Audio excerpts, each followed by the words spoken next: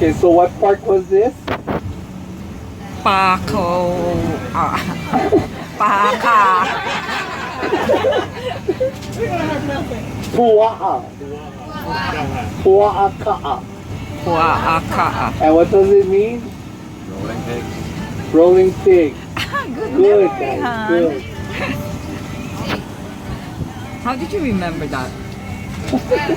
Huh? Well, that was what? So you can't anything else. That's pretty good, Kirk. You remember that? Yeah, I'm amazed.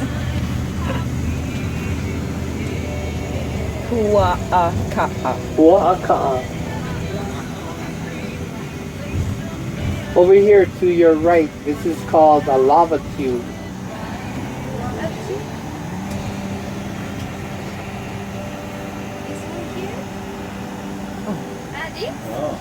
That's called a lava tube. Yes. Here's another one over here. This one is usually filled with tourists. For some reason, they have to go in there and go see what's in there for some reason. Majority of the time that I drive out there, there's always one in there. So the lava tubes are created by molten lava that rolls down the mountain. While it's still hot, the outside of the molten lava starts to crust and get hard while the inside is still soft. So the inside still continues to move while the outside starts to solidify. After the center clears out, the hot molten lava comes out, it leaves a tube or like a cave, and that's what it is, a lava tube. So all of the islands, they all have lava tubes. Some of them are big enough for you to stand in and walk around. Some of them are really small, but those are called lava tubes.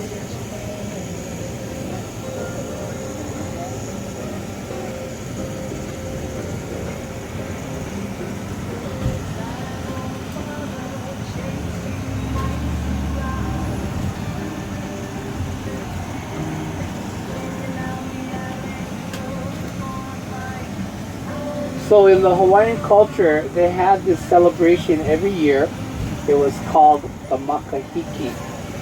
The Makahiki was an event that they celebrated every year to the god Lono, which was the god of fertility. So this event happened during the months of November all the way to February. This is near the end of the year. During this time of the year, it's usually rainy, cold, overcast. And when this Makahiki event went into effect, a lot of plants, a lot of food both in the ocean and on land were kapu, or restricted. The reason for that was because during this 4-month period, the god Lono is the god of fertility, god of life. It gave these plants, both on land and in the ocean, and even some of the fishes, it gave them a chance for rebirth or regrowth. So if they don't touch these items for 4 months and let it grow on its own without harvesting it. So during this Makahiki festival, it's a celebration to the god Lono, and certain plants and livestock like the pig, the pua'a, that you couldn't eat that. The pig was a manifestation of the god Lono. So you couldn't eat any pig during this 4-month period. The only ones that could eat this pig was the ali'is, but the pig had to be processed and prepared before the event for them to eat it during the event. They couldn't prepare it during and then eat it at the same time. It had to be prepared before the event.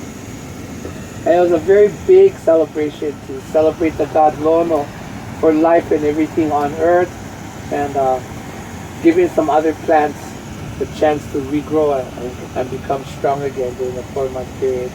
You have a photo op coming up on the right. It's a path, drive-by shooting over here.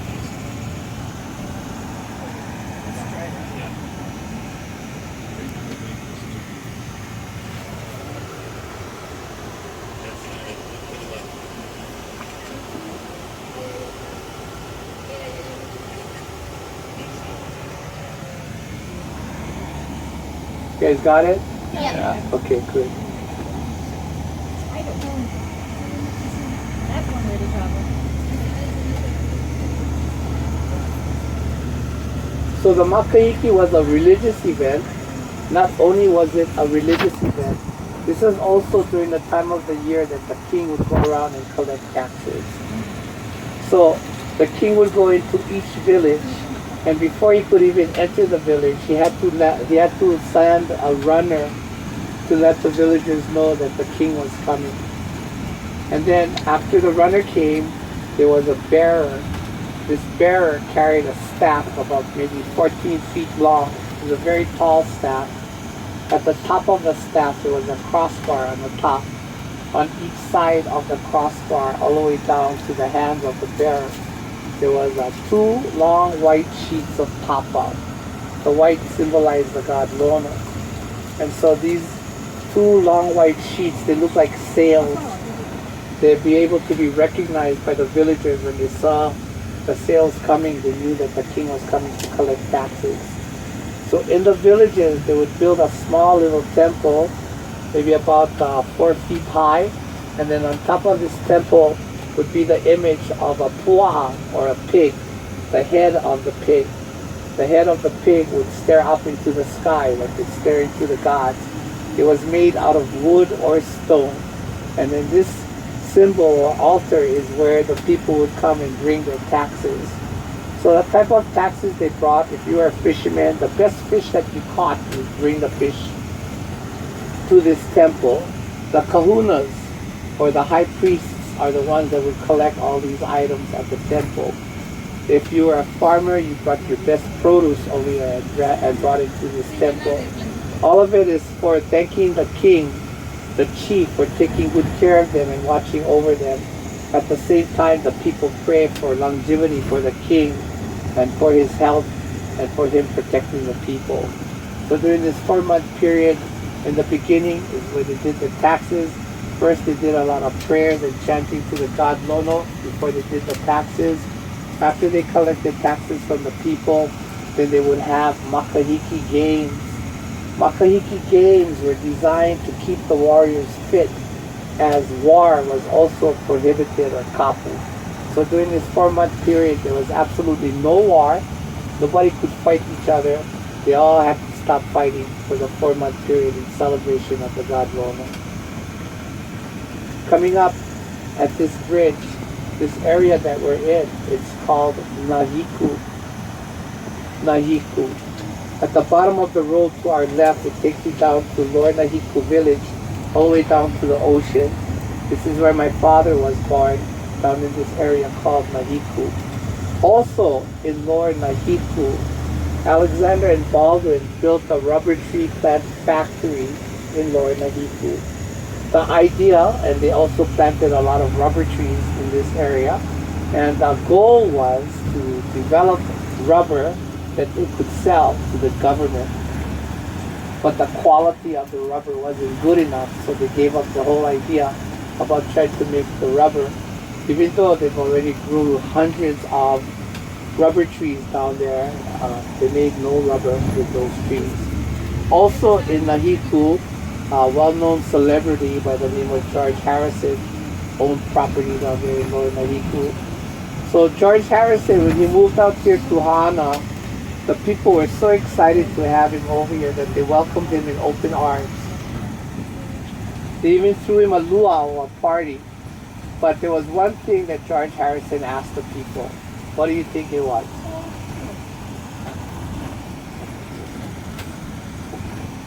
Really? You guys don't know? Okay, he asked the people to leave him alone. Seriously, he didn't want to be bothered. That's why he came out to Hana, because it was quiet and private. So he wanted his privacy, being a very popular man as he was. So the people respected him and they left him alone. And so he lived out here until he passed away, but he still has property down there in Lower Nahiku. Okay, so going back to the story about the Makahiki, there was no war, nobody could fight, so they had games. And so the type of games they had was to help to condition the warriors until it was time to go to war. The makahiki is a very important event, even though they don't mention it in the books in school. But during the makahiki, oh, also one more thing about the makahiki, it was in celebration to the god Lono, and so the people honestly believed that one day Lono would return back to the island as a man and would come back and visit the island. Do you see the mongoose that just tried to cross the road but didn't go back? Okay. So anyway, the people firmly believed that the god Lono would come back to the islands as a man, and he would come back on a floating island to their island to come and visit them. In 1778, in November of 1778, a man by the name of Captain James Cook sailed into the waters of the Hawaiian waters. He happened to show up at the beginning of the Makahiki Festival. Wow. So when he showed up and the people saw his ship out in the ocean, they thought it was an island. And when they saw his sails on his ship, they thought it was him. Remember the description that I just gave you about the bearer with the long 14-foot staff with the two long white pieces of papa? It resembled that symbol for Lono. So when they saw him and they saw his sails on his ship and they saw his ship, they believed that that was the god Lono coming back to visit them in 1778. And so when Captain Cook showed up in the Hawaiian waters, they thought he was a god and they treated him just like a god. They helped him to replenish all of his resources that he needed. He needed water, they gave him water, they gave him food, they gave him even 200 and 400 pound pigs for him to take for him and his sailors because they thought he was a god. And in return, he would give the people nails and trinkets because this was something new for the Hawaiian people. So he didn't have to give a lot to the Hawaiian people, just a couple nails and trinkets, and they were excited because it was metal. And he probably knew it too. But Captain Cook, he stayed too long, his vacation or his visit. His visit only supposed to be a couple weeks, but he stayed a full 4 months while he was here. By that time, the people were already frustrated because he's exhausted all of the resources that they gave him. After he left, the white people realized he's no god, he's human, just like everybody else. So on his second visit, when he ended up on the big island at Kealakekua Bay, they had a fight and that's where he died, on the big island of Kealakekua Bay. But they treated him just like a god, thinking that he was a god. Even in death, they respected him as a god. So they stripped his bones of all his flesh, and then they cleaned up his bones and wrapped it in black tapa. In the Hawaiian culture, the people believe that if you're a chief or you're an ali'i, as I had mentioned earlier, they really believe that the chiefs or the ali'is were an extension of the gods. So your bones carry great mana or great spiritual power. And so the more high rank king that you are, the more spiritual mana or power your bones will have. So if I was a king at the top king and I died and you used my bones to shape into a fish hook and you went fishing, my bones would bring you great catches because there's so much mana or spiritual power in my bones. It would bring a great catch. If you shape my bones into an adze or a farmer's tool, then your crops will grow big crops because the spirit in the bones would bring you great crops. So thinking like that, because they thought Captain Cook was a god, they treated his bones just like he was a great ali'i. People talk about the Hawaiians eating Captain Cook. No, we didn't eat him. We just cleaned his bones off and treated him just like if he was a chief or a king or an ali'i. They did the same for him. After they prepared his bones, they gave it to Captain Vancouver, who also traveled with him to the island, and Captain Vancouver took his bones back to England where he came from. But the Hawaii people used to believe in that at one time, and that's how the Hawaii people mistook Captain Cook as a god when he first came here, because of the Makahiki festival. Out here in this area that we're driving in, this is the district of Hana. Between the 14th and 17th century, the island of Maui was broken down into 4 different districts: Wailuku, Lahaina, Ka'anapali, and Hana. Hana was the biggest of the 4 districts, and during this time period between the 14th and 17th century, the big island of Hawaii also had an interest in the Hana district. They wanted to populate this district as part of the big island of Hawaii. So they would send warriors from the big island of Hawaii to come here into Hana and fight the Hana warriors for domination of this district called Hana. That fight went on for a long time between the 14th and 17th centuries until sugarcane showed up in Hana. But eventually the Hana warriors prevailed and they overcame the Hawaii warriors, and so it became dominantly back to the island of Maui, the district of Hana.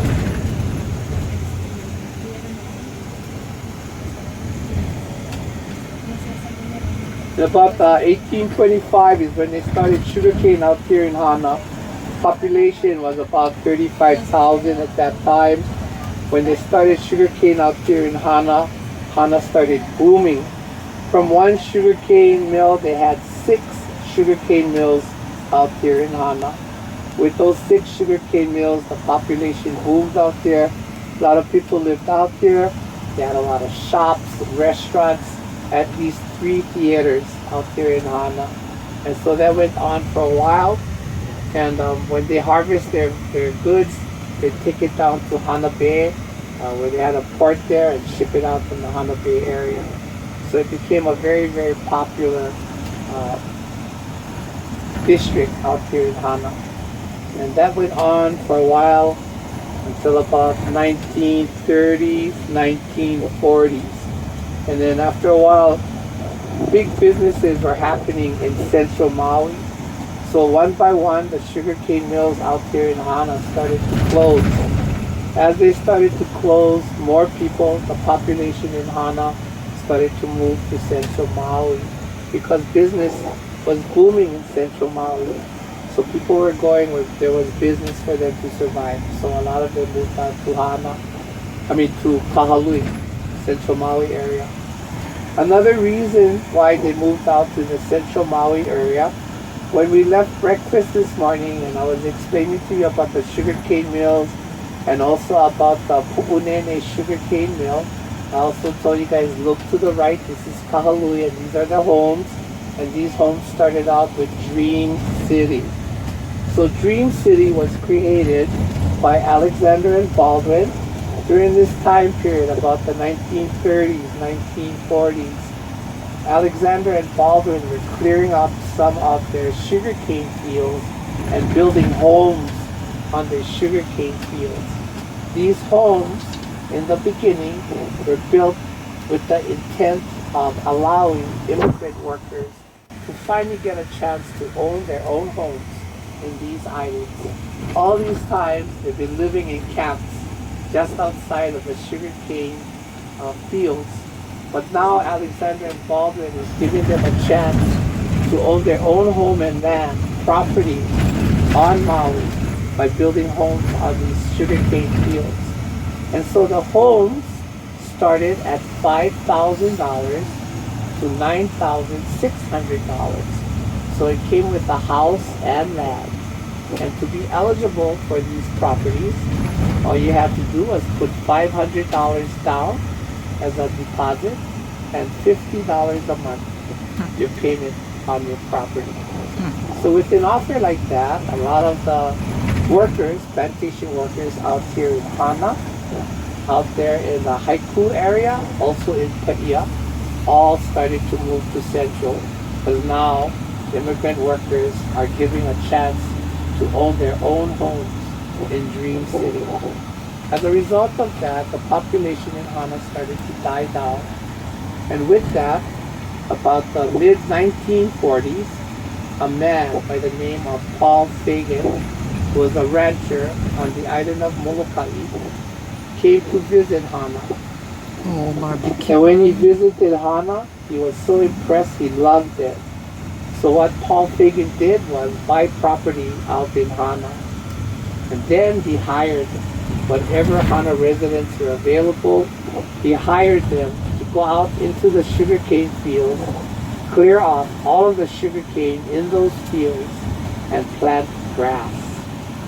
After they planted grass in these fields, he went back to Molokai, closed his ranch on Molokai, and brought his cattle here out to Hana, and started Hana Ranch. So he settled out here in Hana with his cattle. But his wife, Helene, wanted something to do too. So they created Kauiki Inn. Kauiki Inn was now a small little inn in Hana where Helene had something to do with herself now.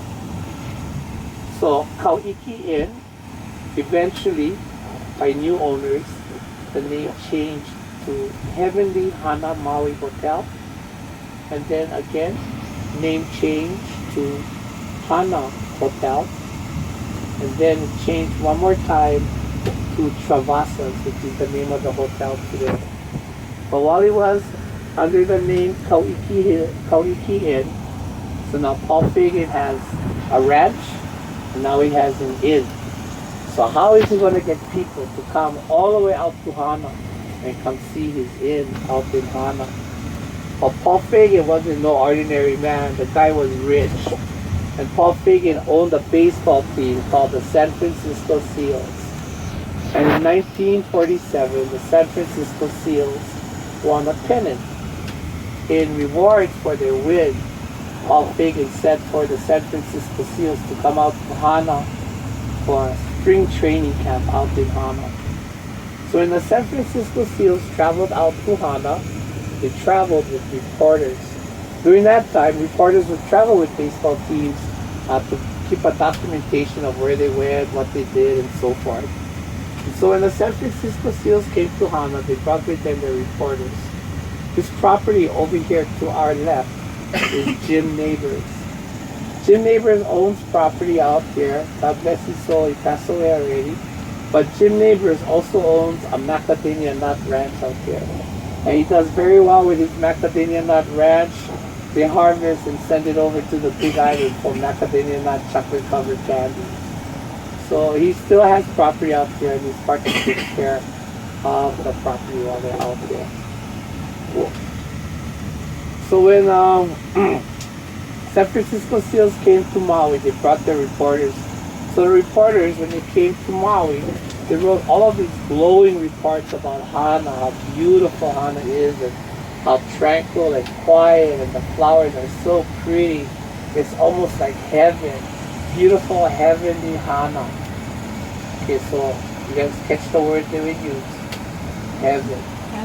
So now they write the stories like that. There's people in the mainland reading these stories. So they want to know what is heavenly Hana. So that kind of brings people to come visit Hana. Also during that time, military was traveling back and forth between islands. So a lot of the military started to catch wind of these stories about Hana. So they started coming. And so the other story was about the 7 pools. So they found the 7 pools. And so the reporters wrote glowing stories about the 7 pools, how tranquil and so sacred those 7 pools. Key word, sacred. So they used that description in their writing, Hana's 7 sacred pools. Now people reading this story, looking at the word sacred, oh my God, those pools must be so sacred. So it attracts more people. So more people start to come and visit Hana. His Kauiki Inn is being packed now because people are coming out. So let me just clear a few things in regards to those 2 statements. There's no such thing as heavenly Hana. It is Hana.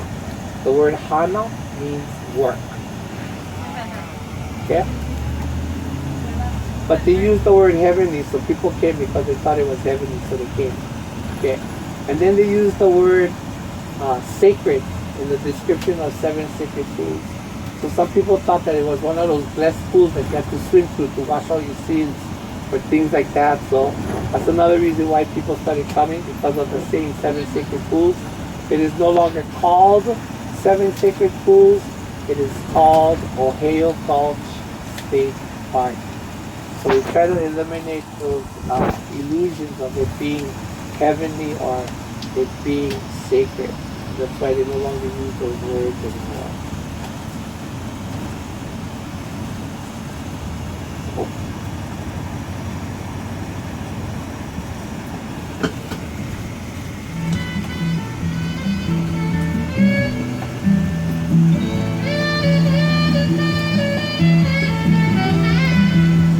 We are now entering Hana. We have just rode through 602 turns and 54 bridges. Clouds above me sailing slowly by. Birds around me soaring, learning to fly. Looking at the same things I did before.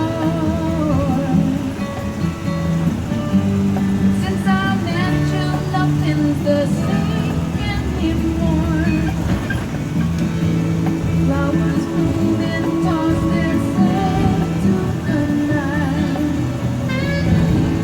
Children laughing in the warm moonlight. If you want to experience walking through a lava tube, the sign right here says Lava Tube Caverns, all the way down there. They have guides that can take you into those lava tubes. They're pretty high and pretty big. We are now about ready to approach Aloha Farm, where you can get one of your 4 favorite flavors of banana bread. I must to caution you, this is a temporary stop. Try not to get some banana bread, grab a drink, sit down on those benches, and chat like you have all day. No, grab your stuff, get back on the van. We're 5 minutes away from our destination. Lunch is coming up pretty soon.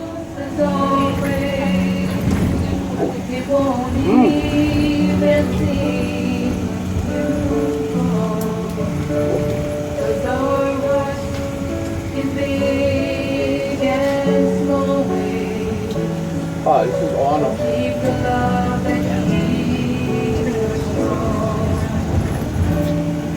And friends are friends forever. If the Lord's the Lord of them. And a friend will not say never, 'cause the welcome will not end. Though it's hard to let you go, in the Father's hands we know that a lifetime's not too long to live as friends.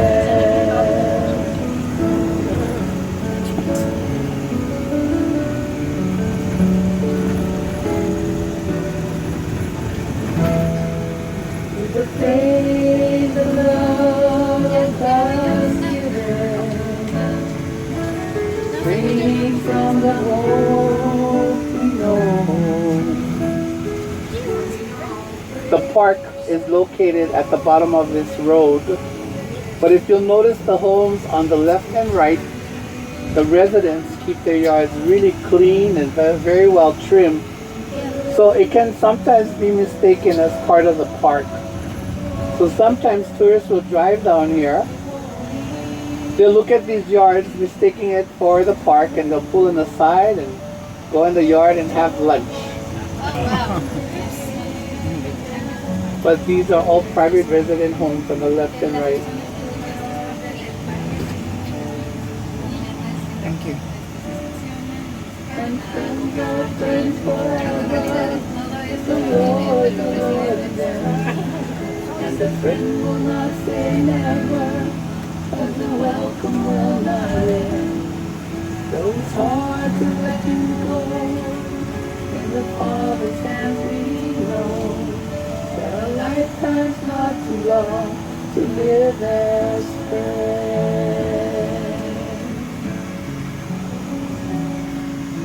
A lifetime not too long to live as friends.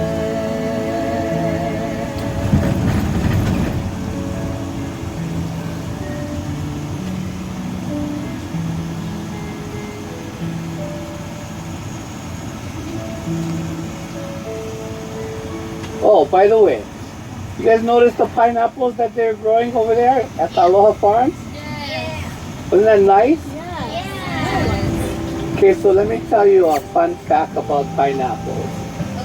Did you know that pineapples are made up of individual berries that as they grow, they merge into one big fruit called the pineapple? Do you guys know that? Okay.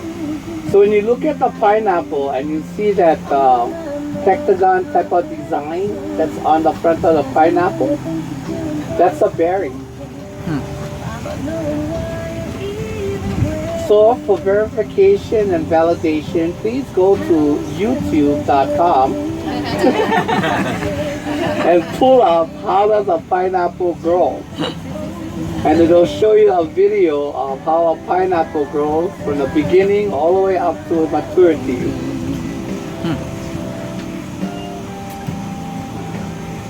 So, Cammy, the fruit on the tree that looks like a pineapple, is it edible? It is only edible when we are in a, what's the word? Yeah, it's edible.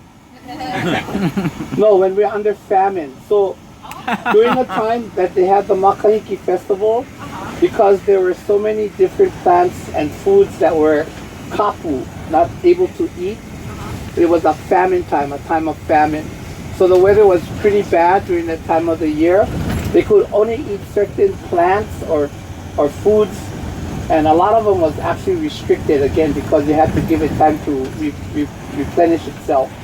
So a lot of foods were eaten during this time because of famine.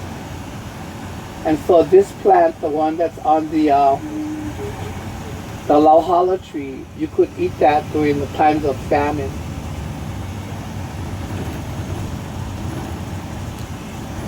So the time is 12:03 right now. We're looking at 12:30 or 12:35.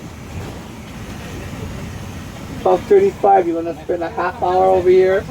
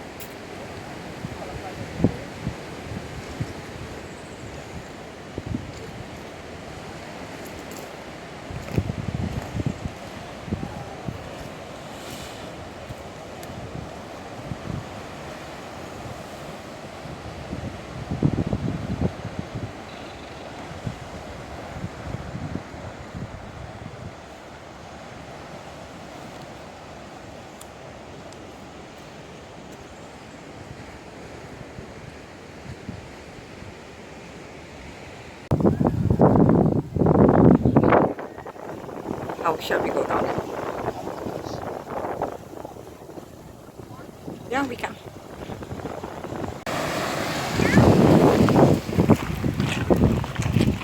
Chief came down from the mountains and met this beautiful princess and went to the father and proposed to marry the girl, and the father said yes. And so this chief that came from the mountains took this beautiful princess, this local girl, with him up to the mountains. But this man was a very arrogant and mean man. I need to point out that area over there. Okay, so he was a very arrogant and mean chief. And so when he took her up to the mountains, he treated her very, very bad. And so after a while, he got to a point where he no longer loved her. He wanted to kill her. So she ran away from him and she made her way down from the mountains all the way down here to Wainapa Napa. So down on that end of the park, she ended up down in that end of the park. And in that end of the park, she found a cave. And in the cave, there was this pond. And then across the pond in the cave, there was a ledge. So she would swim across the pond to go sleep on the ledge. And at nighttime, she would come out looking for food. In the daytime, she would sleep. So eventually, the chief came down here with his warriors looking for her. And then he just happened to stop over there by the pool, and he found her over there in the pool. So he had his warriors bring her out, and he smashed her head up against the inside of the cave and killed her down here. Oh yeah, brother, exactly. So, whew, look at the traffic coming out. Okay, so he killed her in the pool. Anyways, during certain times of the year, thank you. During certain times of the year, the pool would turn red. And the reason the pool would turn red is because the freshwater shrimp would come and settle at the bottom of the pool.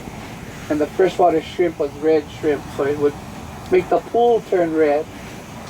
And then at certain times of the year, when the sun hits the pool, it would cause the pool to have glistening waters.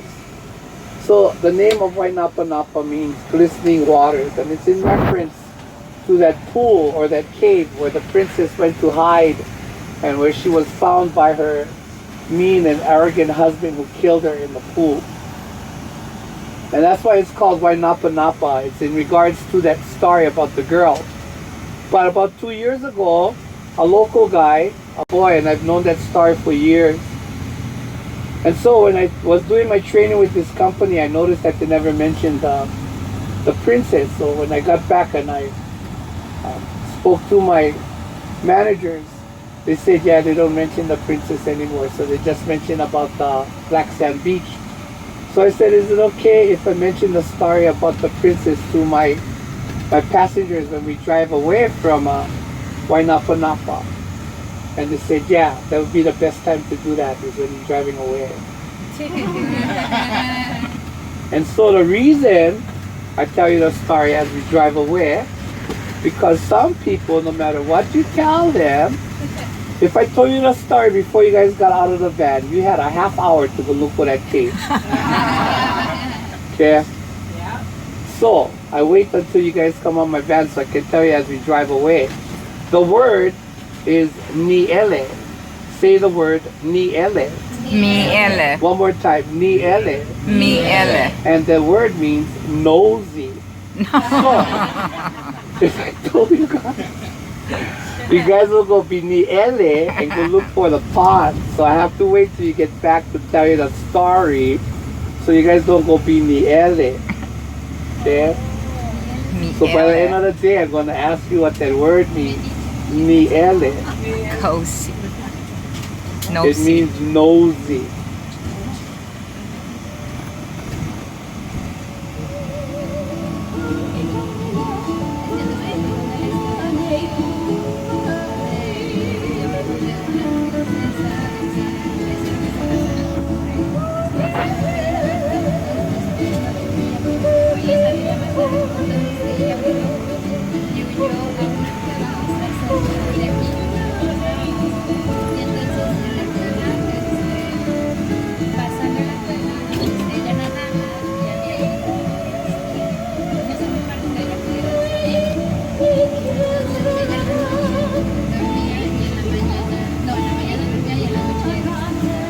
We're gonna go drive through Hana town and then we're gonna have lunch. Okay? Yay. I'm starving. I'm starving. I want some barbecue.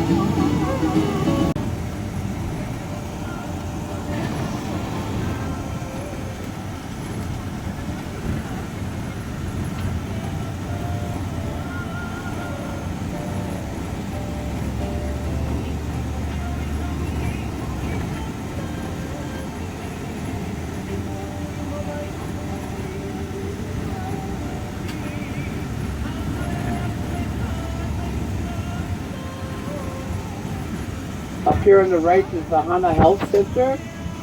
They provide all kinds of services except emergency type services, where you have to go to Central Maui for that. Over to your right is the Hana Police Station. They have about 6 officers that handle the Hana district. Also up on the top right, up here, this is the Hana Fire Department. They don't have fires out here in Hana, but the Hana Fire Department has an excellent search and rescue team in case people get lost from hiking out here. They also have an excellent volleyball team too.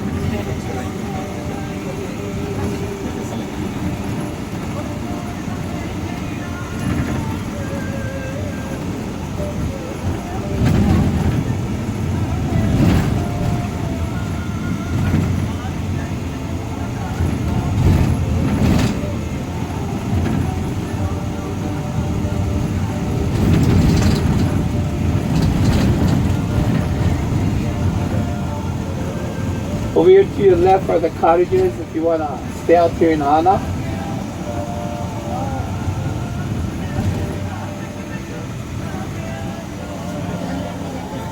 Okay. Most of the homes on your left are all cottages. This is the Church of Jesus Christ of Latter-day Saints over here to your right.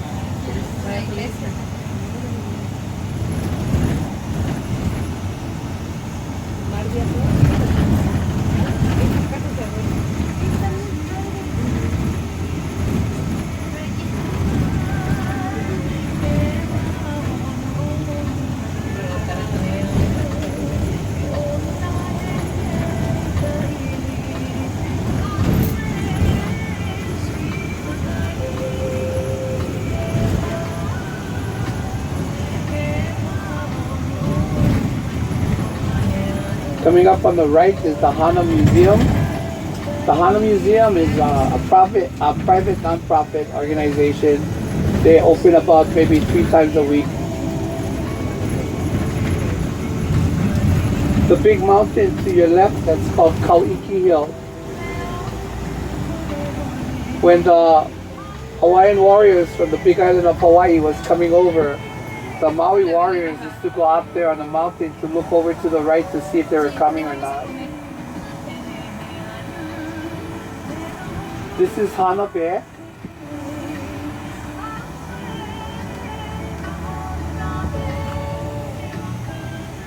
As a little boy growing up in Hana, when the fishermen would come out around that small mountain over there to your left, they'd radio ahead to let them know that they're coming in. The Hana community would come down here on the beach to help the fishermen take their nets off their boats and take the fish out of the nets. Everybody would come and help, and then they'd have these big buckets all lined up along the beach to throw the fish in. At the end, when everybody's taking the fish out of the nets, everyone went home with at least 2 fish in their hands. There was enough left over for the fishermen, for their families.